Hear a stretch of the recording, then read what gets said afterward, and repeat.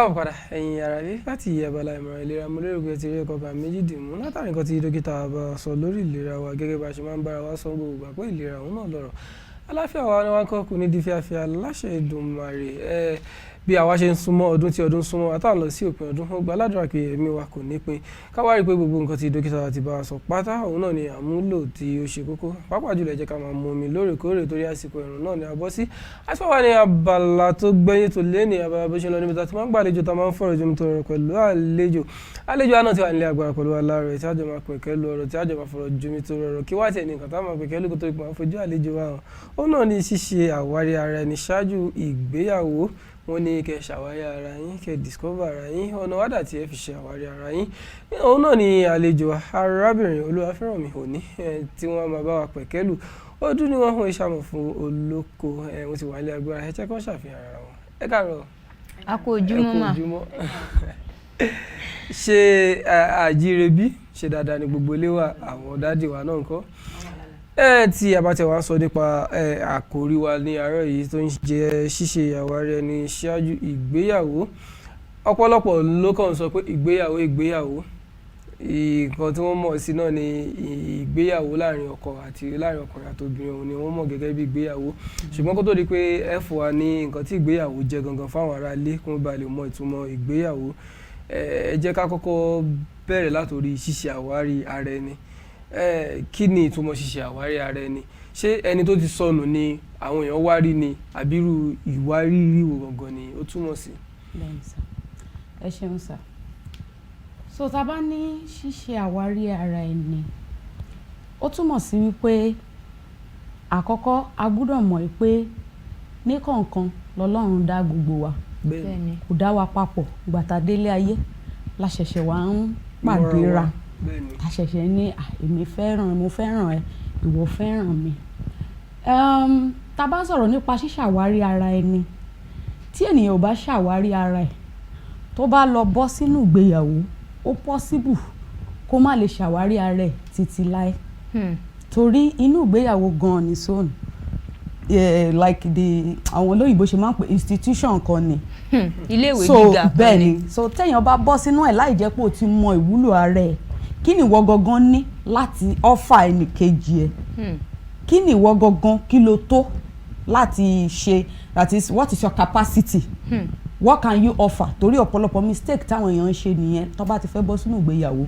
wọ́n kàn believe pé kákọ̀ọ́yẹra ká pàdéra ọ̀ káríra nǹkan tí mo fẹ́ gbà lára ẹ ni mo mọ̀ they don't go into marriage with the mindset of pé kí ni mo fẹ́ fún ẹni yìí tí mò ń lọ bá tó bá jẹ́ mind yẹn ni ọ̀pọ̀ ju wọn lọ́ fi ń lọ sínú marriage ni ìgbéyàwó á bẹ́tà ju báyìí lọ but ọ̀pọ̀ ju wa ni pé àti má ti débẹ̀ ọkùnrin yẹn á tún ayé mi ṣe obìnrin yẹn á bá mi tún ayé mi ṣe. ó ní ìbéèrè kan tó fẹ́ béèrè lórí yẹn a máa gbọ́ ní pàápàá jùlọ nílẹ̀ Yorùbá wa nígbà wọn ní àbíyá tó bá tiẹ̀ nígbéyàwó tó di pé bóyá ó bímọ ayé ẹ̀ tún máa yàtọ̀ pé orí ọmọ ní á pé ọlà wá fún tàbí tó bá tiẹ̀ níyàwó bóyá ọkùnrin tí ò bá serious tẹ́lẹ̀ ni tàbí obìnrin tí ò bá serious wá ní bóyá tó bá tiẹ̀ nígbà mọ̀ nǹkan tó ń ṣe ṣé bẹ́ẹ̀ ló ti wá rí. bẹ́ẹ̀ ni ná ọ̀rọ̀ yẹn ṣe lápá kan kò dẹ̀ tún rí bẹ́ẹ̀ lápá kejì apá kan tó fi rí bẹ́ẹ̀ ni wípé ṣe mọ̀ pé kò sí béèyàn ṣe máa wà tó bá ti di pé o ti ń mú ọmọ wáyé tó ti ń rí pé responsibility ti ń kúnlẹ̀ o dẹ̀ mọ̀ pé kò sẹ́ni máa bẹ́ẹ̀ gbọ́ ìwọ ló máa gbọ́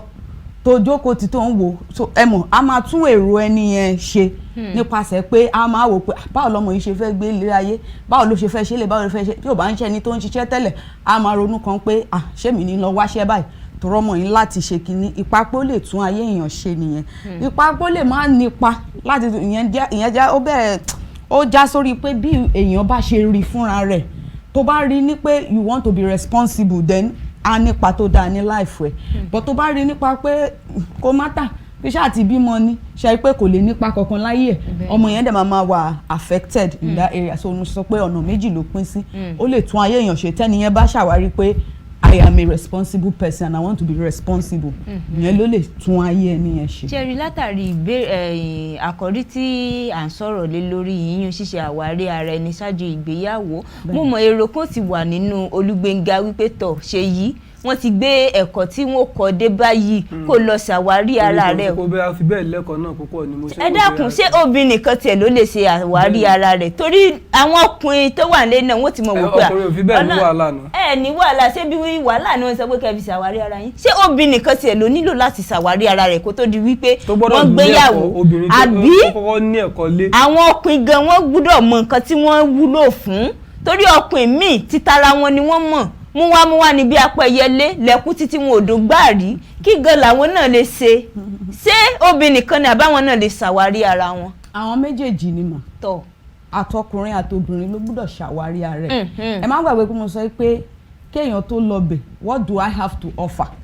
tó o bá ṣàwárí ara ẹ̀ there is no how you be able to know who you are, there is no how you be able to understand who you really are, that's èèyàn tó o jẹ́. Gbogbo wa pátá la jẹ́ a dynamic creature. Bẹ́ẹ̀ ni. So ṣàwárí yẹn ó dìpù ju bá ṣe ń sọ lọ ọ̀pọ̀ èèyàn ní òmù ara ẹ̀ àìdẹ̀mú ara ẹ̀ kò sí bó ṣe fẹ́ ṣàlàyé fún ẹnì kejì ẹ̀ tó ilé fẹ́fẹ́ mọ bó ṣe máa ṣe pẹ̀lú ẹ̀ àbí bó ṣe máa mọ̀ pé ń tẹ́ni láìkiri ń tẹ́ni tẹ́ bá bèrè lọ́wọ́ ẹlòmíì báyìí sìn kí nìkan tó like kí nìkan tó like kò mọ̀ kò ń ṣe fault ẹlòmíì gbà tí ò ṣàwárí ara ẹ̀ ìdí bẹ́yàn dẹ̀ ṣe ń ṣàwárí ara ẹ̀ ni pé you have to learn to stay with yourself for some time. Learn to like be with yourself for some time. ìyẹn ni pé ó ṣeé ṣe ká mọ́ tún wà pẹ̀lú ara wa gan. ó ṣeé ṣe mà ó ṣeé ṣe create time for yourself to talk to yourself bára yín sọ̀rọ̀ béèrè àwọn ìbéèrè lọ́wọ́ ara ẹ̀. What are the things that I do that is not good, or what are the things that I usually do tí n bá ṣe báwo ló ṣe máa ń nípa ẹ̀ lára mi ṣé ó máa ń fún mi ní good kíní àbí ó máa ń fún mi ní bad something.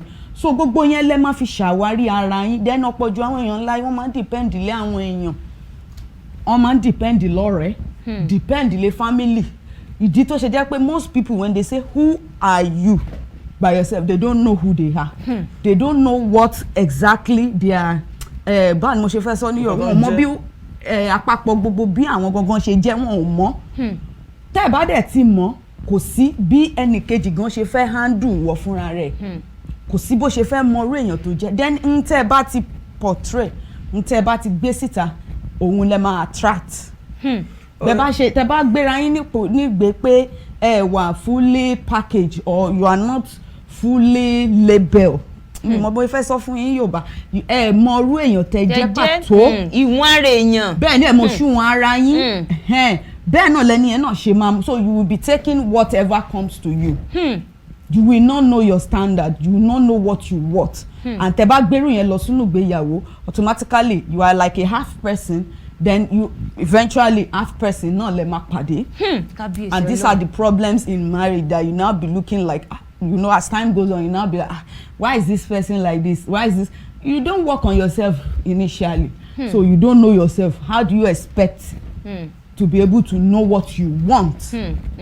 Ó dáa ẹ jẹ́ ká wò ṣé ó ṣeé ṣe kí èèyàn ṣe àwárí ẹlòmíràn bóyá ìgbà tí ó bá ti ń ṣọ́ ìṣesí àti ìrísí torí àwọn ẹnìkan wà tó yẹ pé kò ń ṣe pé bóyá wọ́n fi ń ṣe ìkà ọpọlọ wọn ò gbé láti ṣàwárí ara wọn ni tó yẹ pé wọn ò mọ ọ̀tún yàtọ̀ sósì tá bá rí fún àpẹẹrẹ bóyá bí ọkùnrin tó ń na ìyàwó ẹ̀ nílé tí wọ́n bá sọ pé nǹkan tó ń ṣe ò dáa ni a tó mọ̀ pé kò dáa lójú ara tiẹ̀ ó lérò pé bóun bínú pé nǹkan tí ọmọbìnrin yẹn ṣe ó dùn bọ̀ bóun ṣe náà yẹn ní solution bọ̀ ó dìgbà tó bá tó lẹ́nìkan pè sí àkíyèsí wípé nǹkan tó ṣe yìí kò bójúmu rárá gbà yín náà wá gbà pé kò bójúmu tó yẹ pé wọ́n á ṣe sọ̀rọ̀ sórí ẹ̀ ni ṣé ó ṣeé ṣe kí ẹlòmíì bá èèyàn ṣàwárí ara rẹ̀. nǹkan tí ń sọ ni pé ṣé bí òun sìn ṣé mo lè bá a ronú wípé nǹkan téèyàn ò bá mọ̀ ó yẹ yín pé ẹ ṣe mọ̀ pé àwọn míì wọ́n lè dá ronú ro tó jẹ́ wípé wọ́n kàn sáwà bẹ́ẹ̀ ṣe sọ́nà tẹ́lẹ̀ wípé ẹlòmíì ò lè ṣé ẹlòmíì tiẹ̀ lè wò wípé àbá ẹ̀ ni kò ṣe mọ̀ ṣe ṣé èèyàn bá ṣe àwárí náà. mo gbà. Okay, yes.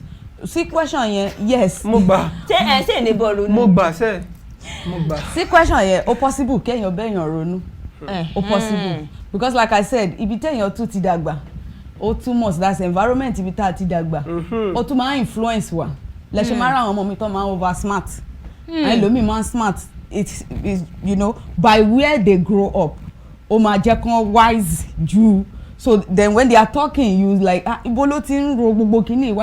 environment has really influenced that person, you know, in such a way. So ẹlòmíì dẹ̀ wà tó yẹ pé bóyá is a mommy pet something or baby something ló ti ṣe láti lè wá. Possible kó má lè dánú ara ẹ̀ rò. So tó bá dẹ̀ lè dánú ara ẹ̀ rò nìyẹn, at least there are a lot of people out there now that are doing all this counseling and something. So if you really want to discover who you are, you can't think by yourself. You can as well go to them. They have the only our professional way to ma to fi ń bá àwọn èèyàn ń ṣe. Yes. But ọ̀nà kan tó jẹ́ àkọ́kọ́ tẹ́lẹ̀ kọ́kọ́ fi mú ara yín ni pé òótọ́, being honest to yourself. Being honest. Even if tẹ́ bá lọ bá èèyàn pé kó bá yín ṣàwárí ara yín, ìwọ̀nba ló lè ṣe. Because you spend more of your time with yourself, not with that person. So ìwọ̀nba ìtẹ́ bá gbé dọ́dọ̀ ẹ̀ ló máa ṣàwárí fún yín. But èèyàn tí ká láì lọ gangan ló lè ṣàwárí ara rẹ̀ nípa pé sísọ òótọ́ fún ara rẹ̀. Then nípa pé bá ara rẹ̀ lo àkókò. That is spend time with yourself. Some people don't know how to spend time with yourself. That's how you don't get to know who you are. And when you get to know who you are, I keep saying it, that's how you'll be able to know what you want. When you seek wisdom, get understanding in everything. But when you don't understand yourself, how do you want to know how God has created you? Tó bá dẹ̀ ti mọ irú èèyàn tẹ́ jẹ́, àìmọ̀ tẹ́ jẹ́, nǹkan tí àwọn èèyàn bá fún yín lẹ máa gbà. Àwa dàbí dumping refuse. So when anybody bring this, it dump into your life like that. When this bring it, dump into just because you don't know who you are. But tó bá ṣàwárí ara ẹ̀, when they are bringing it, you put a stop to it. No, I don't take that. This is me. So ìyẹn là ń sọ nípa pé tá bá gbé wọnú ìgbéyàwó yẹn, ó máa tún ràn ìgbéyàwó lọ́wọ́ nípa pé mo mọ ara mi, mo dẹ̀ mọ ẹni tí mo fẹ́ fẹ́, mo dẹ̀ rí pé èèyàn tó ń jẹ́ náà ni ẹni tí mo ní ìdìrè ní life mi. Ajẹ́ kan lè wà compatible. Àwọn àkóbá ọ̀gàn tẹ̀ ló lè wáyé nígbà tí èèyàn bá lè ṣàwárí rẹ̀. Àwọn àkóbá tó lè mú wá, number one, bí mo ṣe ń ṣàlàyé lẹ́ẹ̀kan, kò ní jẹ́ kẹ́ mọ irú èèyàn tí ó suit yín. That's èèyàn tó fit yín. Bẹ́ẹ̀ ni, àìmọ̀rú èèyàn tí mo jẹ́ kò ní jẹ́ kí n mọ̀rú èèyàn tó bá mi mu. So number one nìyẹn, ó possible kó lú ẹ lọ gbé nǹkan tí ò ń ṣe tiẹ̀. Kò gbé wọlé, tó bá dẹ̀ ti gbé wọlé, a máa rí pé wàhálà ní lẹ́ni, wàhálà ní lọ́la, ìjà ní argument ní lọ́la, a máa di pé no, mi ò like ele mi. Ìgbà tí wọ́n fúnra rẹ̀ tí ò ṣàwárí ara ẹ̀, kò sí bó ṣe máa mọ̀rú èèyàn tí ó fẹ́ select fúnra ẹ̀. So that is part of side effect tó lè fún wa. Another side effect tó lè fún wa ni pé tẹ́ bá ti ṣàwárí ara yín, á jẹ́ kẹ́yìn mọ̀rú èèyàn gan tẹ́ ẹ fẹ́ jẹ́ lọ́la. Some people will say tí má ti marry, ma get irú èèyàn tí mo jẹ́, my spouse will help me to discover myself. No, it's not supposed to be. When you get inside the marriage, you might never discover yourself like I said. But when you know yourself, then that is what the person tó máa mọ̀ nípa ẹ̀ tó ń gbọ́ máa ní, oh, let me support this person with this vision. So téèyàn bá ti ṣàwárí rẹ̀ tẹ́lẹ̀, á ti rí ibi tí òun gangan ń lọ. Á ti mọ̀ pé okay, irú èèyàn báyìí lọ́lọ́run dá mi. Irú ẹni tó jẹ́ pé bóyá ó like kó máa sọ̀rọ̀ dáadáa. Ṣé ń pa àrídùn marriage mi tó yẹ pé ìyàwó yẹn lè sọ̀rọ̀ kó sọ̀rọ̀ tí kìí sú. Bẹ́ẹ̀ tọkọ yẹn máa ní ó ti lè rojọ́ jù, okay? So that means that woman has a potential of talking. Ṣé mọ̀, ó ní potential yẹn nínú. Then automatically that might be the gift that God has given that person. So you have to recognize it in yourself and use it positively for yourself. So automatically àwọn iṣẹ́ tó bá lọ gbọ́n bíi pé ká máa sọ̀rọ̀ tó dẹ̀ jẹ́ pé á benefit other lives. Ọkùnrin yẹn ló ń ní lára, but you can as well go out there and do this talking to people that need it. You understand? There are some people online lately I heard that they are actually connecting people just to talk with them. And then they will pay you. They don't know you, but they will just talk with you and then they will pay you because they just want somebody to talk to them. So another aspect nìyẹn tí obìnrin bẹ́ẹ̀ bá rí pa òun sọ bó dẹ̀ jọkùnrin náà ni o máa ń sọ̀rọ̀ gan. You can use that positively for your life. Why? Because you have discovered who you are. So kò ní lò negatively by pé kó máa fi rojọ́ nínú family tó máa fa ìjà. So a máa lò society tó máa favour ó ti discover irú èèyàn tó ń jẹ́ nìyẹn. Ó dẹ̀ máa fi favour life. Ìgbà wo wá tẹ̀ ni èèyàn tẹ̀lé wá ara rẹ̀ rí? Ṣé torí wípé ọ̀dà náà ìgbéyàwó mi kù oṣù mẹ́ta, jẹ̀mọ̀ wá ara mi rí torí ó ti kù oṣù mẹ́ta, àbí ó ti ní iye ọjọ́ orí kan? Ṣé téèyàn bá ti ronú ìgbéyàwó gan ṣó tiẹ̀ yẹ kéèyàn wá ara èèyàn rí, àbí ńgbà tí mo bá ti mọ̀ pé ìgbéyàwó mi kù dẹ́dẹ̀ gan ni kéèyàn mọ̀ tó wá ara rẹ̀ rí? Láti ìgbà tí èèyàn bá ti wà ní bí let's say age let's say 12 or 13 thereabouts. Ọdún 12 sókè. Bẹ́ẹ̀ ni ó lè má lè ṣàwárí ara rẹ̀ fúnra rẹ̀ but iṣẹ́ díẹ̀ náà tún wà lọ́wọ́ àwọn òbí. Àwọn òbí yẹn náà iṣẹ́ ara iṣẹ́ tóbi ń ṣe nìyẹn. So kì í ṣe pé bí a kàn raise ọmọ bẹ́ẹ̀ ṣe ń raise ọmọ yín ẹ máa watch àwọn nǹkan tó ń ṣe, what are the likes, what are the don't likes, what are the ẹ máa jẹ́ kó mọ̀, ẹ máa jẹ́ kó mọ̀ ibi tó good sí àti ibi tí kò good sí, àmọ́ strength àmọ́ weakness. By so doing that child too can easily pick up his or her own life from there. So láti bí age yẹn ó jẹ́ kó ọmọ ti máa mọ irú èèyàn tí òun jẹ́. Tó bá dẹ̀ ti ń dàgbà tó ti ń tó age 18 which is where you can be able to decide yes or no thing for yourself. So from there you can be able to start your life and start doing what you want. Irú àwọn ọmọ mi báyìí sí láti ilẹ̀ lẹ́ẹ̀ máa ti máa rí pé kò like kó má máa sí lọ́wọ́ òun. Kì í like pé kóun má lówó lọ́wọ́. In such case that kind of child tẹ́ bá ti mọ̀ then try to build that child in a way that a mọ̀ pé I need to work to earn money. So when you are teaching that child in such a way tó bá máa fi tó 18 ó lè ti dánmọ́ tó ti ń bẹ̀rẹ̀ business díẹ̀díẹ̀ tó ti ń ṣe ó ti ń lówó lọ́wọ́. Ṣẹ́mu oríṣiríṣi nǹkan ló ń fún ní kálukú ní what's this thing what that ego is not ego like what gives you confidence in yourself. Yes, so ó possible kó yẹ pé ọmọ bẹ́ẹ̀ yẹn tó bá sówó lọ́wọ́ ẹ̀ ó lè máa yẹmọ low self esteem máa wọlé kò ní lè ní boldness fún ara ẹ̀. So ìyẹn ni mo fi sọ pé in that age parents náà ní ipa kan láti kó níbẹ̀. So kò ṣe pé ìgbà tá a bá dàgbà ó kù 2 months mo fẹ́ marry yẹn lọ máa ṣàwárí you can't know much of yourself like that.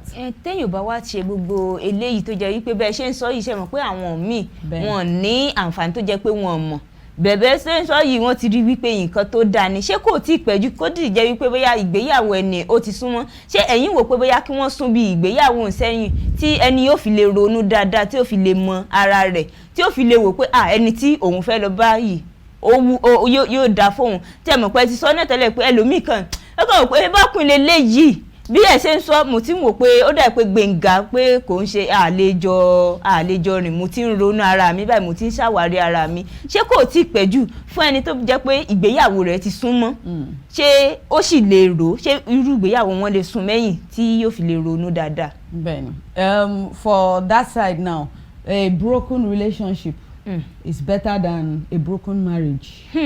So bóyá wedding yẹn kan next month ó wá discover pé àwọn kìíní mi tí ṣiṣẹ́ lé o ó dẹ̀ dà ipò máa ṣe pàtàkì o ọkàn mi ò dẹ̀ lọ́bẹ̀. It doesn't take you anything to do that. We are not see people need to understand the fact that you are not living your life for people. You see you are not going to don't live your life for people. If you live your life for people you will be lost. And another thing is you can't satisfy people papa. So why live your life for them? So if tẹ́ bá mọ̀ pé kíní yìí ó jẹ́ nǹkan tó ṣe pàtàkì tí ó dẹ̀ máa wúlò fún mi nínú ìgbéyàwó mi. If you feel like you need like 2 more months to still do some findings and adjust some things, go ahead and take your 2 months. If you still need to go for some what do they call seminars, train up yourself. Yes.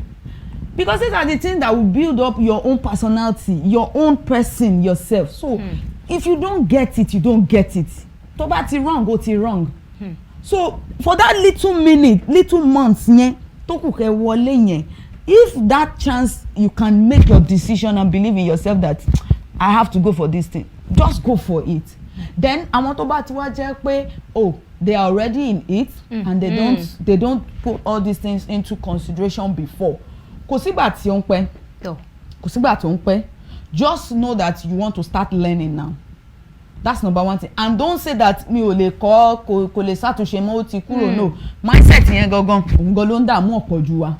Mindset yẹn òun ló máa bí nǹkan tí o máa bẹ̀rẹ̀ sí react jáde. So if you believe ara àwọn àgbàlagbà mi tó jẹ́ ọtí tó almost 60 and they still go back to school, their mindset ni pé I can still learn. Why? Because they know the value of it and they know the impact of it in their life. So they have to go for it. So if you know that you still want it, whether you're in the marriage or not, padà lọ sí kó bẹ̀rẹ̀ sí ní máa ṣe ìgbésẹ̀ yẹn fúnra ẹ̀. Tó bá dẹ̀ ti ń ṣe nínú marriage because you are now one with your spouse, carry your spouse along. There's not how you adjust yourself and you leave your other party alone. You are causing kò ní ní effect. So bó ṣe ń tún ara ẹ ṣe máa mọ́ òun náà dání kẹjọ máa ṣàtúnṣe. Yẹn lẹ máa fi rí growth yẹn nínú marriage yẹn. If not, like I said, it is what you what you know that will build out what you get or what you attract. Yes, like they say, mindset ni pé okay, someone is poor or somebody is rich. It's a mindset. The fact that you are here today, or family to near, family to produce a jáde won lówó, it's not a problem. But if you continue to be poor, then it's your problem. So you have to understand yourself, your thinking, how you can work on it, so that it's going to change your life the way you want. Gẹ́gẹ́ bí wọ́n ṣe fẹ́. Ẹ ṣé púpọ̀ àlejò ẹ̀yin ará ilé ìkànnì KAFTAN TV Yorùbá náà lè ṣe wà níbi tá a ti ń ṣàfojúsùn ayé tó rẹwà. Ẹ jẹ́ ká dókè lọ́run ká lọ rí mú mi nígbà tá a bá padà dé ká tẹ̀síwájú. Ẹ má yí kúrò bẹ́ẹ̀ à ń padà bọ̀.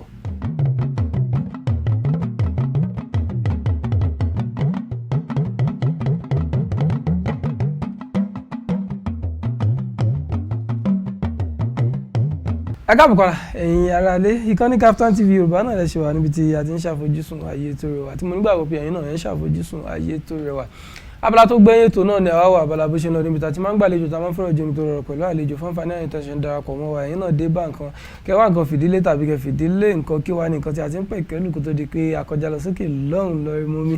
Òun náà ni ṣíṣe àwárí ara ẹni ṣáájú ìgbéyàwó tí àlejò arábìnrin Olúwafẹ́rànmi òní wọ́n tẹ̀ tí ń bá wọn pè kẹ́lù tí wọ́n ti bá yànnà náà rẹ̀ lọ́kọ̀ọ̀kan ìjèjì mo lérò pé ẹ ti ń jẹ ìgbádùn ètò náà bọ̀ ṣùgbọ́n níbẹ̀ jẹ́ ká tẹ̀síwájú nínú tí a bá sọ pé ṣíṣe àwárí ara ẹni ṣáájú ìgbéyàwó ṣé tí ẹnìyẹn bá ṣe ìgbéyàwó tán tí ó ti wọlé tí wọ́n fẹ́ ṣe àwárí ara rẹ̀ bóyá ìwà tí ó ti wá fẹ́ ṣàwárí pé kóhun ti ṣe àtúnṣe lórí ẹ̀ ó wò pé tí òun bá ní kóhun jẹ́ kí ọkọ òun kí ó mọ̀ sí gẹ́gẹ́ bẹ́ẹ̀ sọ síwájú kó tó ti pa lọ lẹ́ẹ̀kan pé ó yẹ kó gbé ọkọ tàbí ìyàwó ẹ̀ dání pé àwọn àtúnṣe tó ń wáyé tó bá rí pé àwọn àtúnṣe yìí á pa ọkọ òun lára tàbí á pa ìyàwó òun lára ṣé irú nǹkan báyẹn náà ṣe ó sì lẹ́tọ̀ọ́ àti tẹ̀síwájú nínú ẹ̀.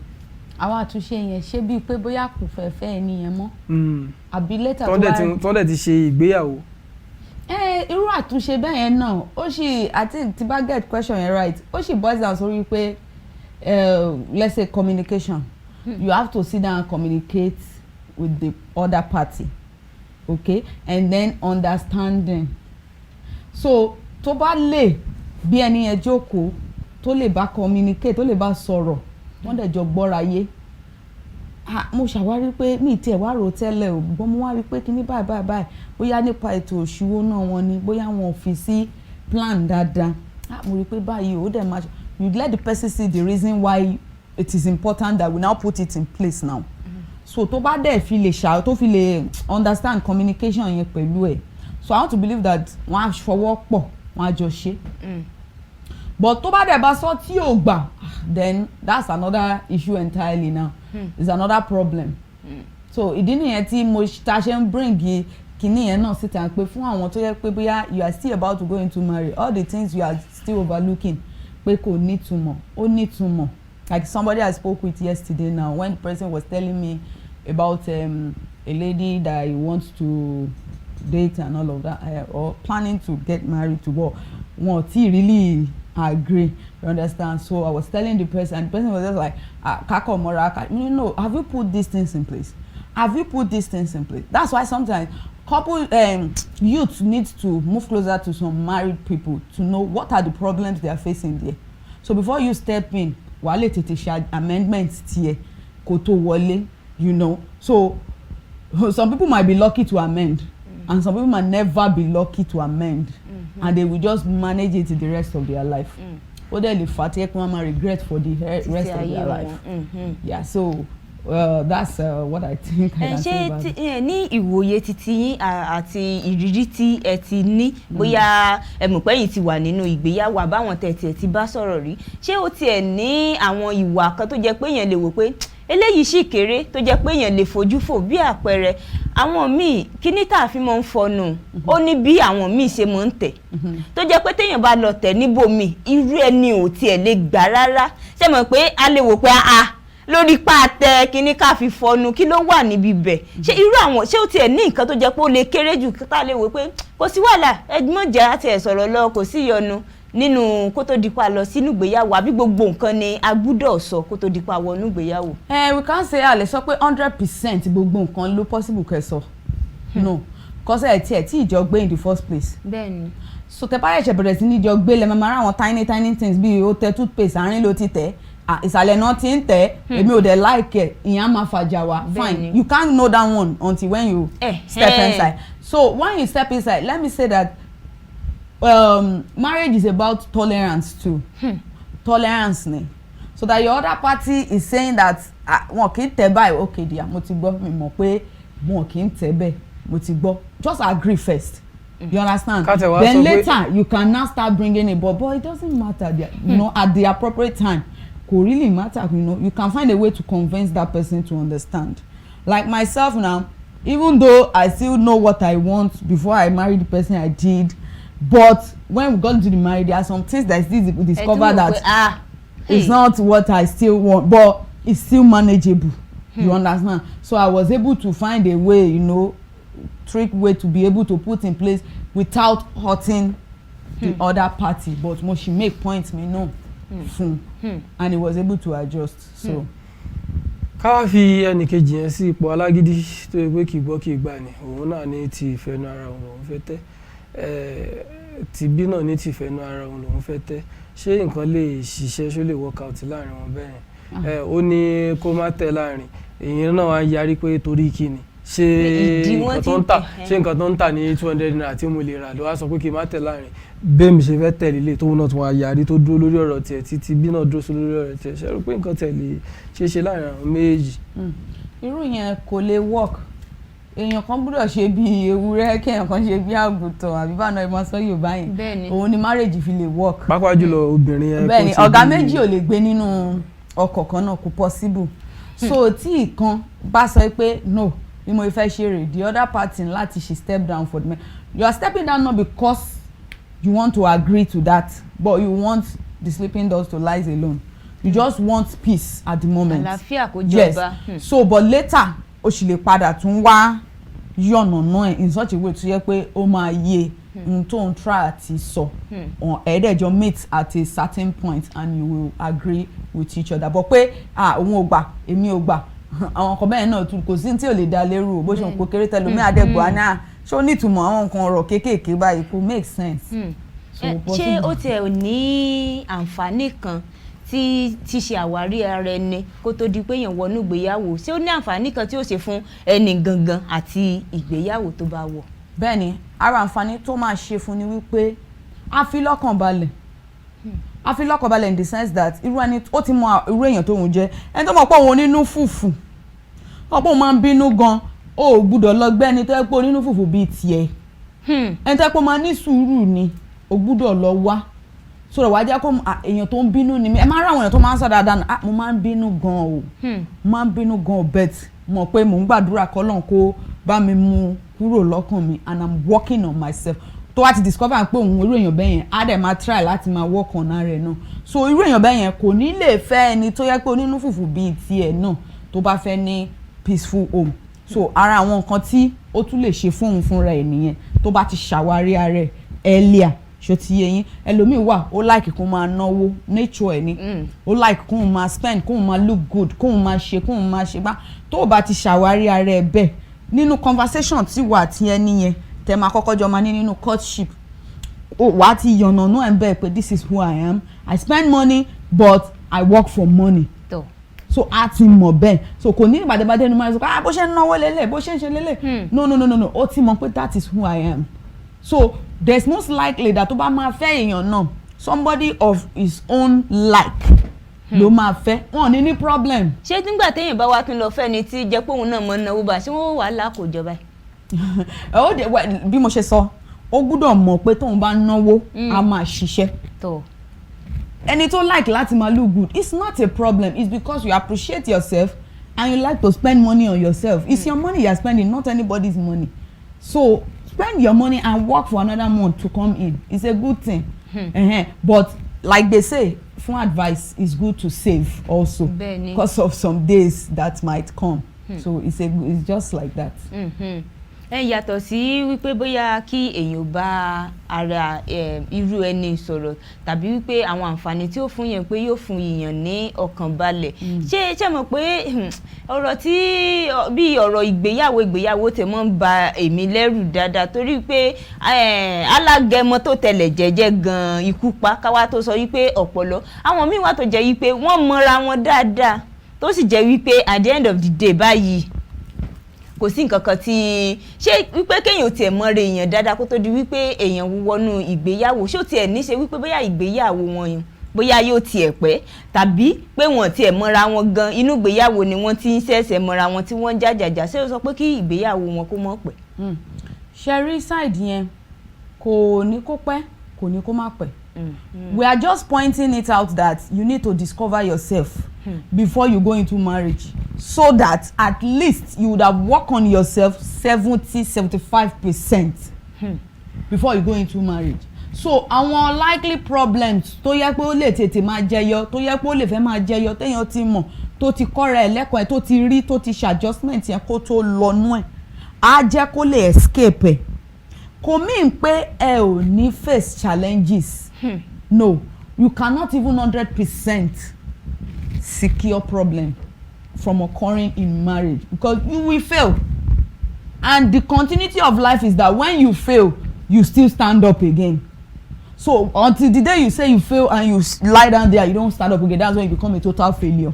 So in your marriage, there is no how tẹ́ ẹ̀ ní jà. There is no how tẹ́ ẹ̀ ní gbọ́ ṣíra gbọ́. The only thing is keep some things where you are going. Understanding, tolerance. These are watchword for marriage. If you keep all those things, understanding, love, tolerance, you understand, and what's this respect?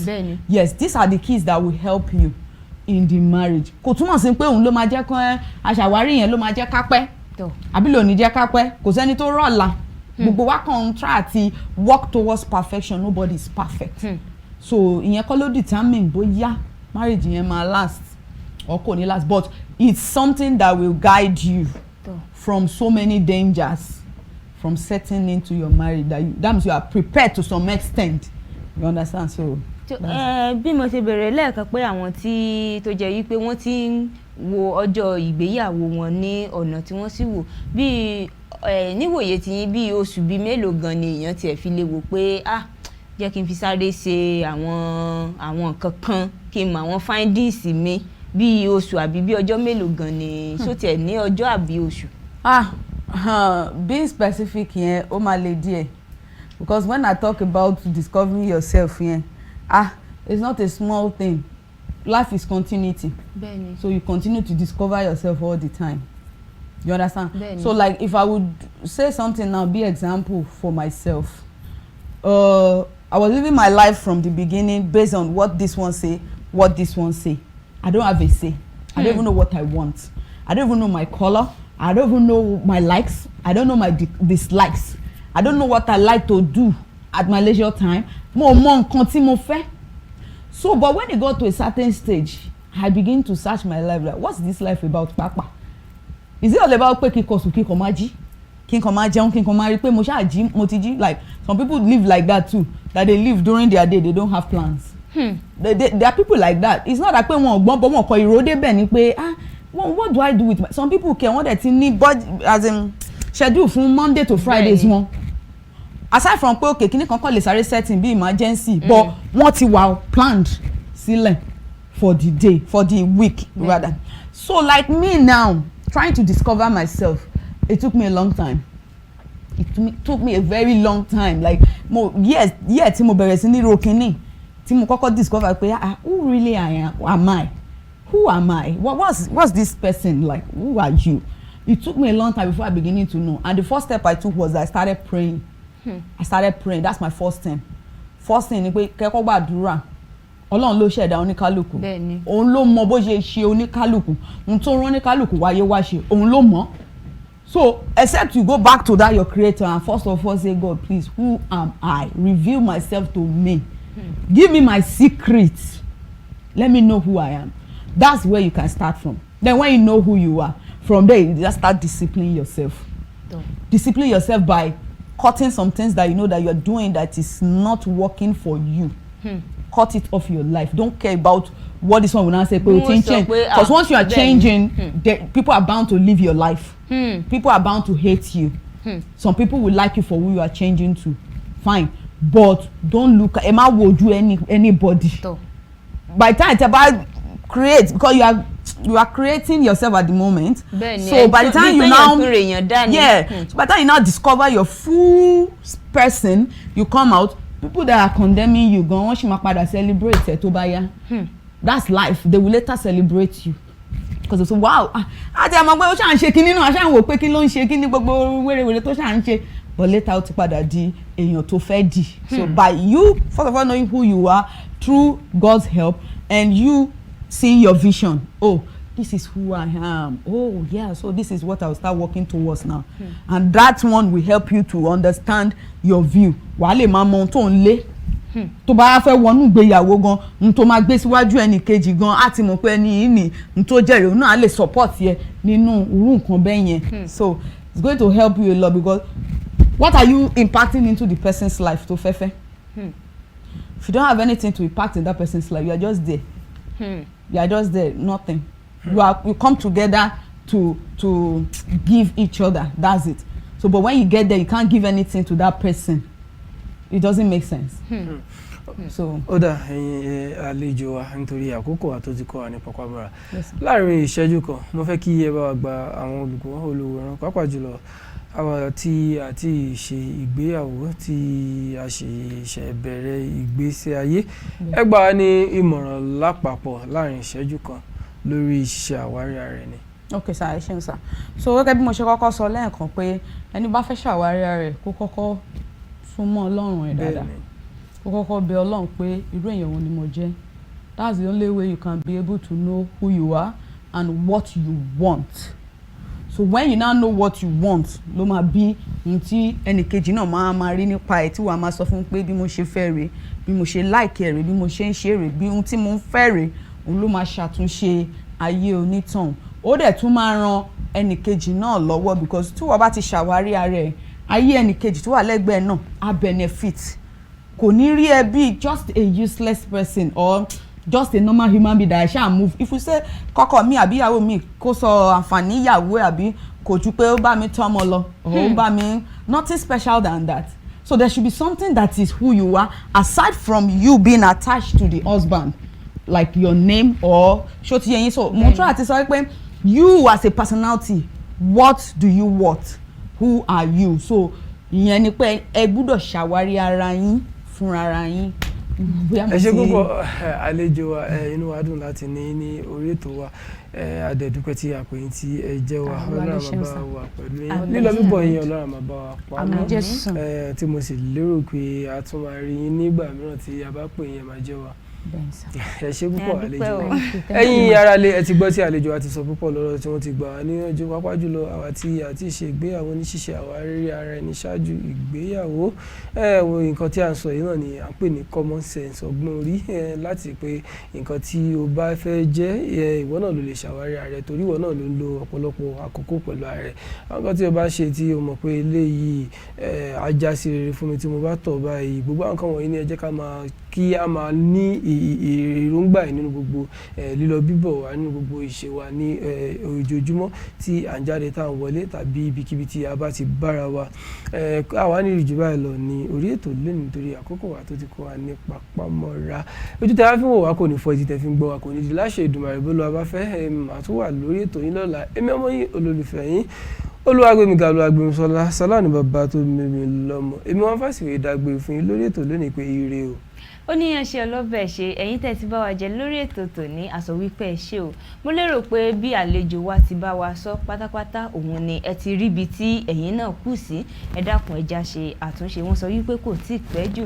Olúwaṣeyìfúnmi ọmọ Ògúntóyè lèmi jẹ́ títí di ọ̀la tá ti mọ̀ pàdé lórí ètò yín ètò wa ètò Kaaro Oojiire. Àlàáfíà àtayọ̀ tí mo fẹ́ fi yín sí òun ni kí n bá yín láṣẹ Èdùmàrè. Ẹ̀yin aráalé àti èmi àti Olúwaṣeyìfúnmi Ògúntóyè àti àlejò Olúfẹ́rànmi òní làwọn ń dágbére fún yín lórí ètò láàárọ̀ yìí pé ó dàbọ̀.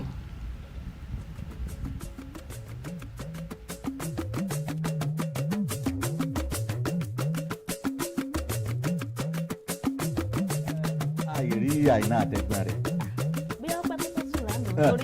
ojúmọ́ bá ti mọ́ olóko amọ́kọ́ bọ́ọ̀yẹ́ bálà olódò agbákèrèǹdòrodò lọ pọn mi káàárọ̀ oòjíire bí nìyẹn Yorùbá ń kíra wọn káàárọ̀ oòjíire lórí ìkànnì KAFTAN TV Yorùbá àgbà ló tó rò ó lọ ọba ló tó yẹn ìrìn fọn káàárọ̀ oòjíire àjíbùmọ̀ omi ọgbọ́n fún gbogbo tèwe tàgbà ká tó bẹ̀rẹ̀ iṣẹ́ òòjọ́ wa lábala láṣọ àlùbọ́sà abala àkọ́kọ́ labala ìròyìn ní yàjóyàjó tí abala ọ̀rọ̀ ilẹ̀ adúláwọ̀ jẹ́ abala ẹlẹ́ẹ̀kejì agbo amúlùdùn labala kẹta ìmọ̀ràn ìlera labala kẹrin abala bó ṣe ń lọ labala tí lámì ìtọ́ ìlú yóò ti wà níkàlẹ̀ láti máa yànnàná gbogbo bó ṣe ń lọ lórí ètò agbo àwọn òṣèré ńkọ́ ó kù báyìí nìbọn ro káàárọ̀ oòjíire bẹ̀rẹ̀ láti aago 7 sí aago 9 òwúrọ̀ wákàtí 2 gbáko láti ọjọ́ ajé Monday tó fi di ọjọ́ ẹtì Friday káàárọ̀ oòjíire àkànṣe ètò fún gbogbo ará ìlú.